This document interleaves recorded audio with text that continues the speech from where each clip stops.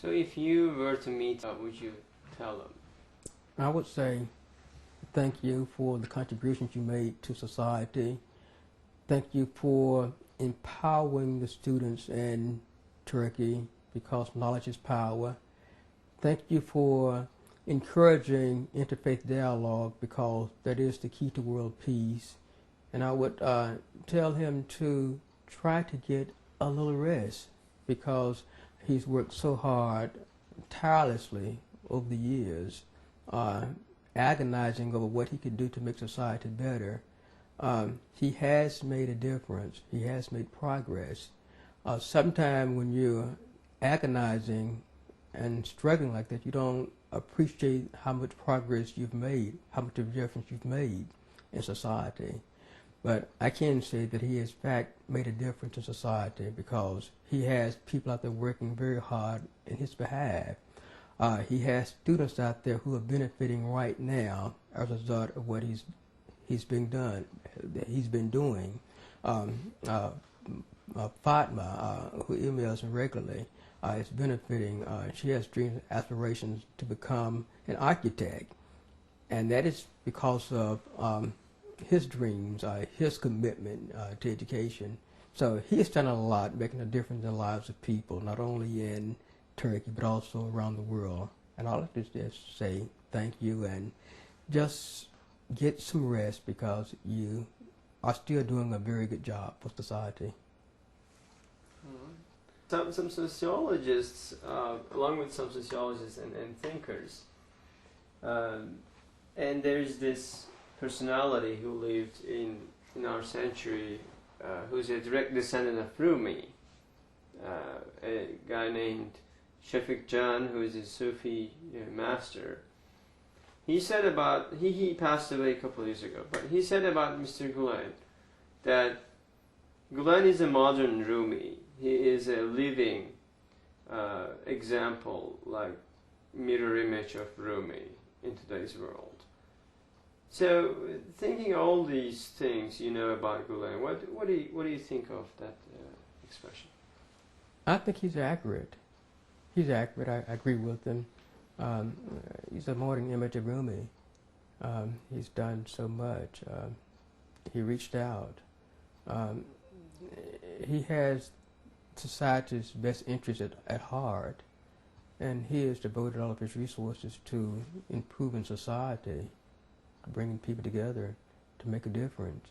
And I think that he's right in his assessment.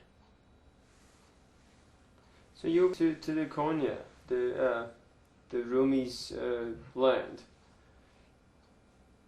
the Rumi's tomb. So as your knowledge goes, what was most impressive of Rumi's teachings?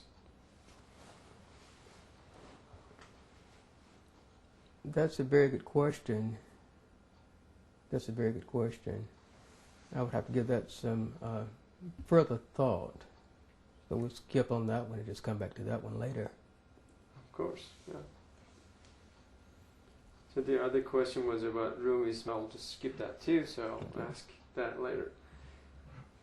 So the last part, the fourth part, we're doing really good here. As I said in the beginning, that about generic, the basic issues of Islam and messenger of Islam and Quran. The first thing I'd like to say, I'd like to ask you, Senator, what do you think of the cartoons, the caricatures about the Prophet of Islam in terms of the dialogue and the world peace that you mentioned?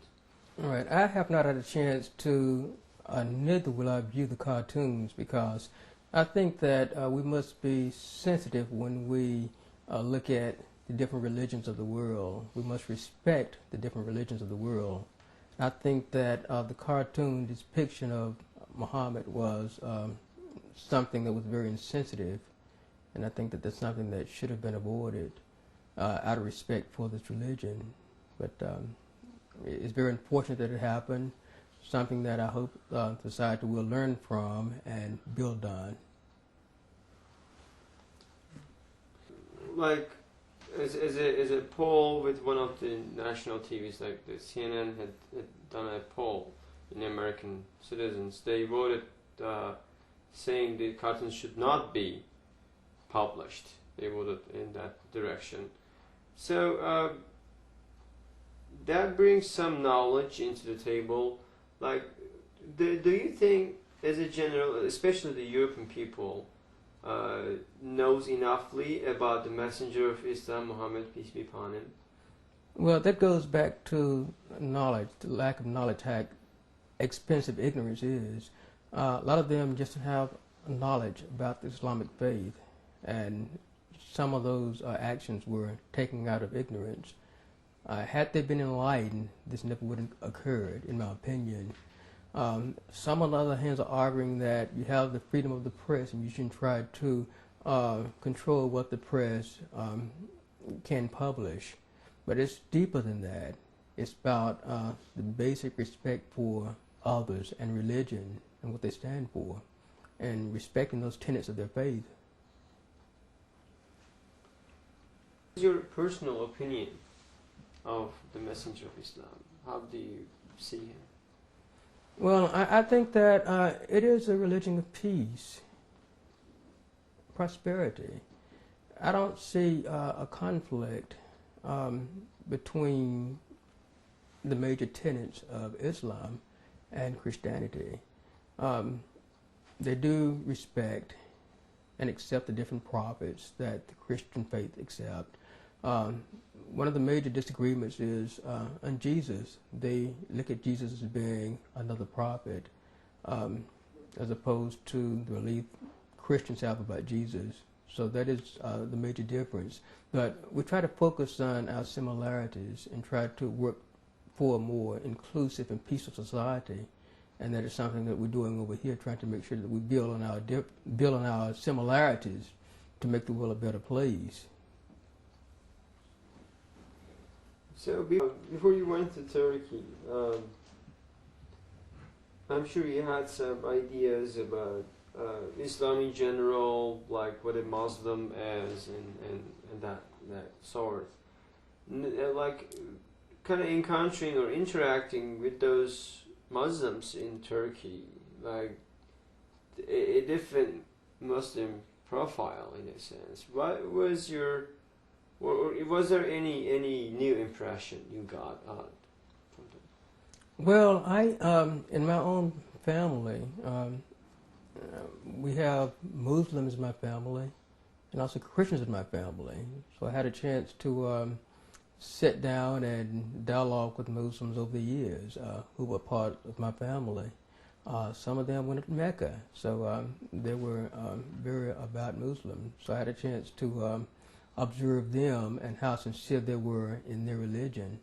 When I traveled to Turkey, I saw that same discipline in the people I saw there. They worship Allah. They had the same religious prayers, call to prayer. They had the same basic diet in terms of what they would eat, what they would not eat. That discipline, their compassion was very evident that I saw there in Turkey, that I saw in my family here in the States. So yes, I think my experience with my family here prepared me for what I saw, helped prepare me for what I saw in Turkey.